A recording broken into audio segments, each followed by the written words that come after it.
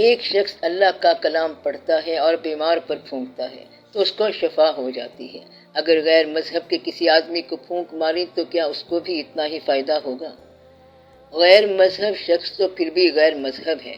اگر کوئی شخص دنیا سے گزرا ہوا ہو پھر بھی اثر ہو جاتا ہے۔ پرانی قبروں پر نئی پھونک مارو تو وہ ٹھیک ہو جاتی ہیں، بلکہ پرانی قبروں سے نئے بندے ظاہر ہو سکتے ہیں۔ یہ ایک لمبی کہانی ہے، بڑی آسان بات ہے کہ جو کچھ تھا وہ اب بھی ہے۔ کوئی چیز ایسی نہیں جو دنیا سے نکل گئی ہو، ہر نکلی ہوئی چیز موجود ہے۔ بس آپ یہ یاد رکھیں، پہلے جو بھی تھا وہ موجود ہے اور یہی آپ کا ایمان ہے۔ اگر آج سے پہلے جتنا کچھ ہو چکا ہے اسے بھول جاؤ تو پھر آپ کا ایمان نہیں رہتا، آپ کے اسما نہیں رہتے۔ کوئی پوچھے کہ کلام اللہ کا سن تصنیف کیا ہے، یعنی قرآن شریف پہلی بار کب لکھا گیا، آپ کہیں گے کہ یہ آج سے پہلے کی بات ہے۔ اگر آپ آج سے پہلے کی بات کو چھوڑ دیں تو پھر آپ کے پاس کچھ نہیں رہتا۔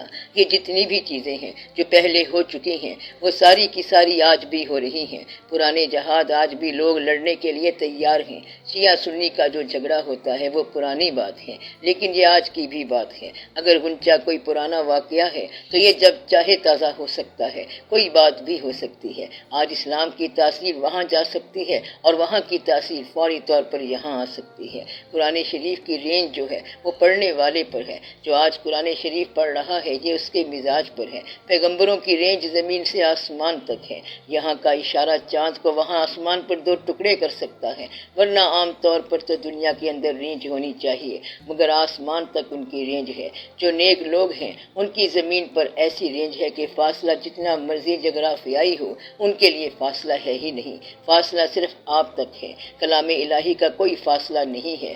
قرآن پاک سے اس کی سند ہے کہ حضرت سلیمان علیہ السلام کے دربار میں جس شخص کو کتاب اللہ کا علم تھا انہوں نے کہا کہ دور سے تخت منگوانا کون سی مشکل بات ہے، اور پھر علم الکتاب نے دور سے تخت منگوا لیا۔ تو یہ علم کتاب کتنی دور تک اثر کرتا ہے، بہت دور تک اثر کرتا ہے۔ تو علم الکتاب ہونا چاہیے اور علم الیقین الکتاب بھی ہونا چاہیے۔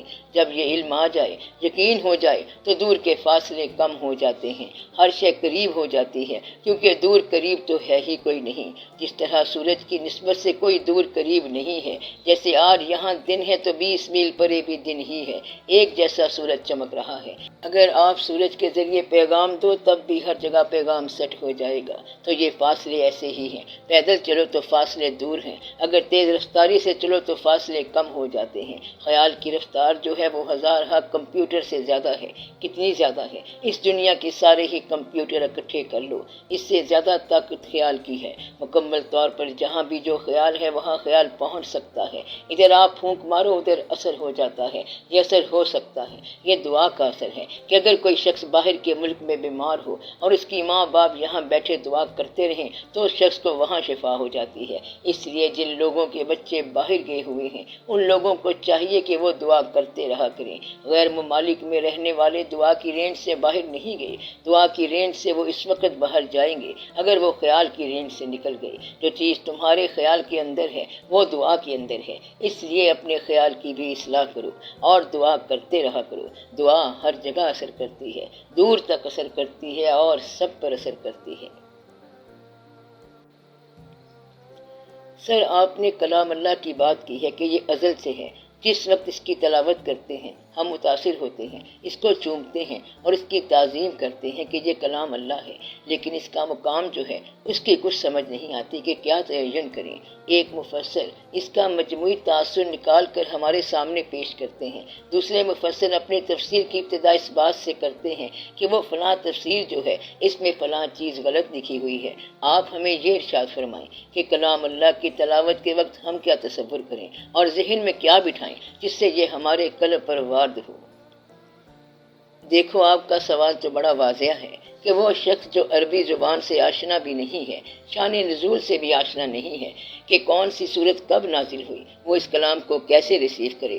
آپ کا اللہ آپ کے آنے سے بہت پہلے موجود تھا، اسلام سے بھی بہت قدیم، بلکہ دنیا سے بھی پہلے تھا۔ آپ کا تعلق اللہ کریم سے ہے۔ اللہ کریم کی اگر کوئی کتاب ہو اور آپ کے سامنے آ جائے تو کتاب کی عزت جو ہے وہ مالک کے حوالے سے ہے۔ اگر آپ ادب کرو گے تو مالک آپ کو دیکھ رہا ہے کہ اس نے میری کتاب کی تقدیس کی ہے، تو وہیں پہ آپ کو اس کا فیض مل جائے گا۔ اب وہ لوگ جن کی زبان عربی نہیں ہے ان کے لیے بھی اس کا ادب کرنا باعث برکت ہے۔ یہ سوال کہ وہ کیسے ریسیو کرے تو صرف دیکھنا بھی باعث برکت ہے۔ میں نے آپ کو بتایا تھا کہ قرآن پاک کو بامانی آپ ایک دفعہ پڑھ لو، تفسیر کی بات پوچھتے ہو تو مفسرین نے قرآن کی تفسیر بیان کرتے کرتے دور جدید اور اپنی سیاسی ضرورتوں کو بھی شامل کر لیا ہے۔ آپ اس چیز سے نکل جاؤ۔ اللہ کریم نے یہ کتاب دی ہے، اس کو آپ پڑھو تاکہ اللہ کریم آپ کو آشکار کرتا جائے کہ اس کے معنی کیا ہیں۔ اگر ایک مفسر نے دوسرے مفسر کے خلاف لکھا ہے تو یہ فرقے یہیں سے بنتے ہیں۔ آپ کیا کام کرو، آپ قرآن شریف پڑھو، اس کے معنی پڑھو، آپ پڑھتے جاؤ اور ادب کرتے جاؤ، اسی کے اندر آپ کی فلاح ہے۔ کسی تفسیر کا کسی اور تفسیر کے ساتھ مقابلہ نہ کرو۔ آپ لوگوں کے پاس اتنا ٹائم ہی نہیں ہے، اس لیے آپ اس جھگڑے میں ہی نہ پڑو کہ کون کیا کہتا ہے۔ یہ اللہ کا کلام ہے، اس کو ریسیو کرو۔